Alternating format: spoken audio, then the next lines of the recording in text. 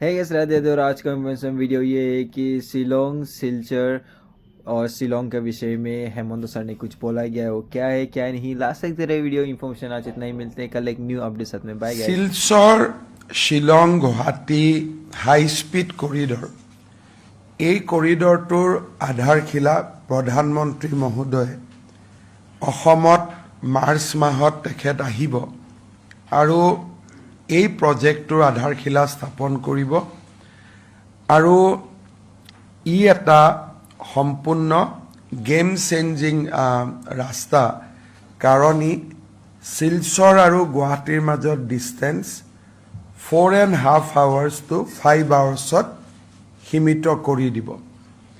আৰু এই প্ৰজেক্টটো এতিয়ালৈকে ভাৰত চৰকাৰে অসমত গ্ৰহণ কৰা নেশ্যনেল হাইৱেৰ ক্ষেত্ৰত আটাইতকৈ ডাঙৰ প্ৰজেক্ট 22,864 কোটি টকা খৰচ হ'ব।